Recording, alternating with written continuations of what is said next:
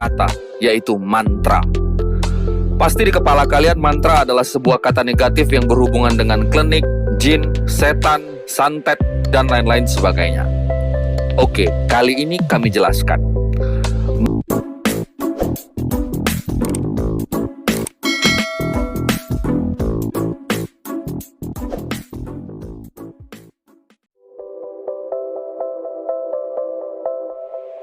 Yuk, kali ini kita bahas sesuatu yang beda, supaya kita bisa menambah pengetahuan kita dari segala aspek.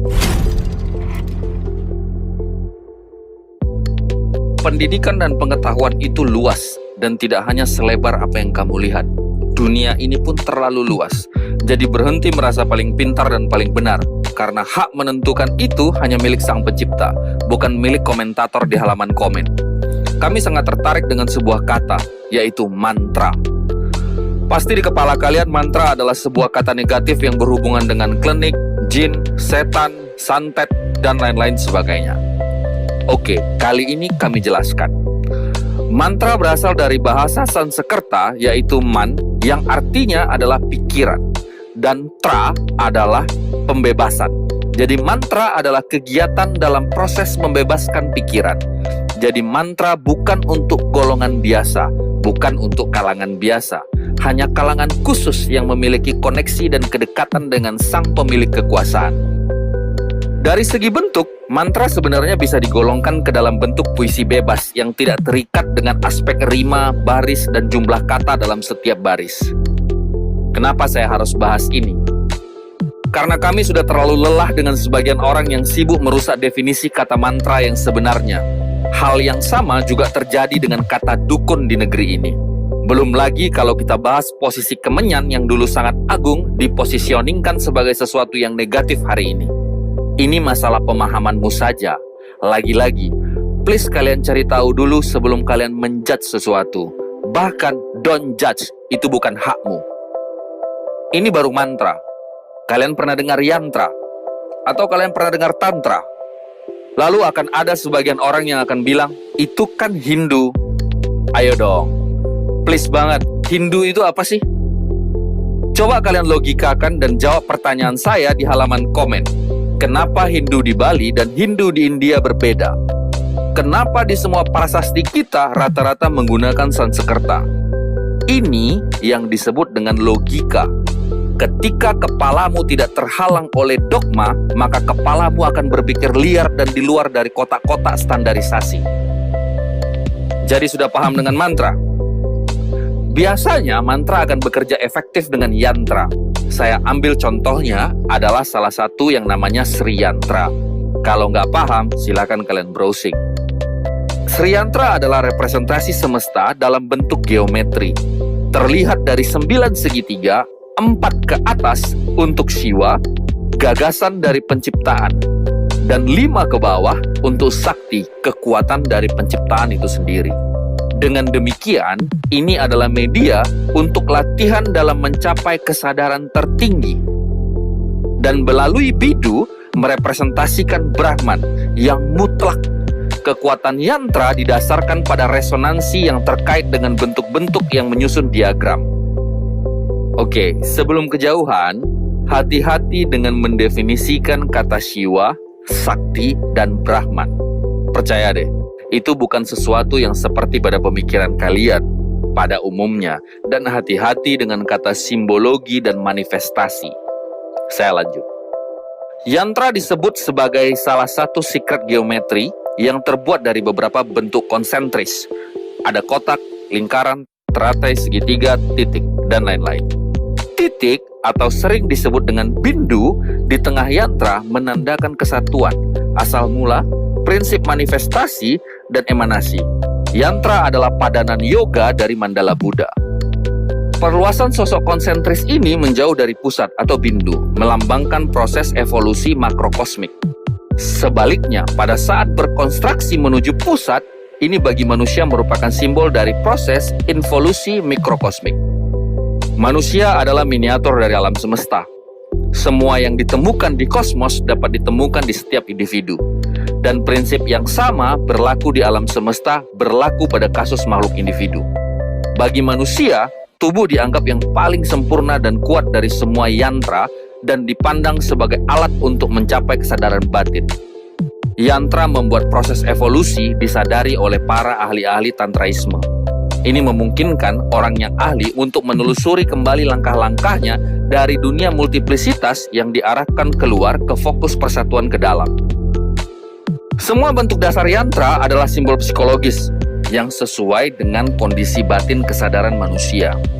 Yantra adalah simbol sakral dari proses involusi dan evolusi. Perjalanan spiritual manusia dari tahap keberadaan material menuju pencerahan tertinggi dipetakan melalui sebuah Sri Yantra. Perjalanan spiritual diambil sebagai ziarah di mana setiap langkah adalah pendakian ke pusat. Sebuah gerakan di luar keberadaan yang terbatas dan setiap tingkat lebih dekat kepada tujuan. Ingat, setiap tingkat lebih dekat kepada tujuan. Melalui filosofi Tantra, seluruh alam semesta adalah perwujudan dari kesadaran murni. Dalam mewujudkan alam semesta, kesadaran murni ini tampaknya terbagi menjadi dua kutub dan aspek, Shiva dan Sakti. Yang keduanya tidak bisa ada tanpa yang lain. Pada manusia, Sakti adalah aspek feminin yang sering disebut dengan Kundalini. Energi potensialnya dikatakan berada pada sumsum tulang belakang. Tujuan dari latihan Tantra Kundalini adalah untuk membangkitkan energi kosmik ini dan membuatnya naik melalui pusat-pusat psikis, cakra-cakra, sebagai daya kesadaran yang terletak di sepanjang poros tulang belakang. Dia kemudian akan bersatu di atas mahkota kepala dengan Shiva yang memiliki kesadaran tertinggi. Persatuan ini adalah tujuan dari sebuah Kundalini Yoga. Penyelesaian dualitas ini mencapai kesatuannya lagi, peleburannya yang mutlak. Dengan penyatuan ini, sang ahli mencapai pembebasan sambil hidup yang dianggap dalam kehidupan kita sebagai pengalaman tertinggi. Penyatuan individu dalam pencapaian pengetahuan tertinggi adalah goalnya. Setelah Kundalini Sakti naik ke atas mahkota kepala dan bergabung dengan Shiva, itu dibuat untuk membalikan arahnya dan kembali beristirahat di pangkal tulang belakang. Gimana? Paham? Asik bukan ketika kita mendapat sebuah pengetahuan baru? Mari sama-sama menambah kualitas otak, karena otak adalah anugerah yang paling keren dari Sang Pencipta. Jangan menjadi generasi pupuk kandang yang hanya bisa bicara satu arah dan sibuk menghakimi orang lain. Apa yang kami jelaskan ini baru sebagian. Dan ini pengetahuan negeri ini, pengetahuan Nusantara. Mata kita terlalu lama ditutup akan fakta pengetahuan warisan dari para pendahulu. Apa yang kita bahas ini baru sebagian. Gimana kalau selanjutnya kita bahas mengenai Tantra Nusantara?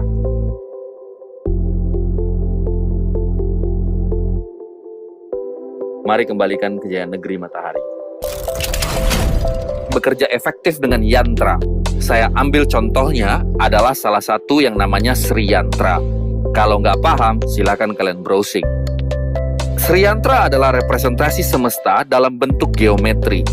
Terlihat dari 9 segitiga, 4 ke atas untuk Shiva, gagasan dari penciptaan, dan 5 ke bawah untuk Sakti, kekuatan dari penciptaan itu sendiri.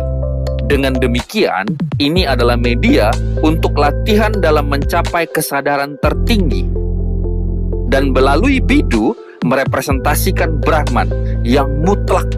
Kekuatan yantra didasarkan pada resonansi yang terkait dengan bentuk-bentuk yang menyusun diagram. Oke, sebelum kejauhan, hati-hati dengan mendefinisikan kata Shiva, Sakti, dan Brahman. Percaya deh, itu bukan sesuatu yang seperti pada pemikiran kalian pada umumnya, dan hati-hati dengan kata simbologi dan manifestasi. Saya lanjut. Yantra disebut sebagai salah satu secret geometri yang terbuat dari beberapa bentuk konsentris. Ada kotak, lingkaran, teratai, segitiga, titik, dan lain-lain.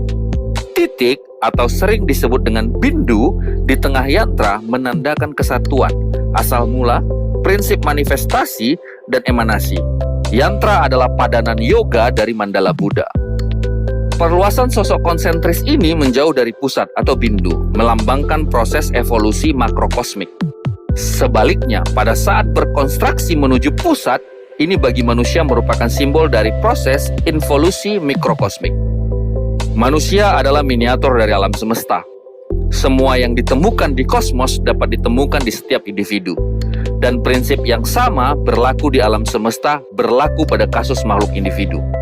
Bagi manusia, tubuh dianggap yang paling sempurna dan kuat dari semua yantra dan dipandang sebagai alat untuk mencapai kesadaran batin. Yantra membuat proses evolusi disadari oleh para ahli-ahli tantraisme. Ini memungkinkan orang yang ahli untuk menelusuri kembali langkah-langkahnya dari dunia multiplisitas yang diarahkan keluar ke fokus persatuan ke dalam. Semua bentuk dasar yantra adalah simbol psikologis yang sesuai dengan kondisi batin kesadaran manusia. Yantra adalah simbol sakral dari proses involusi dan evolusi.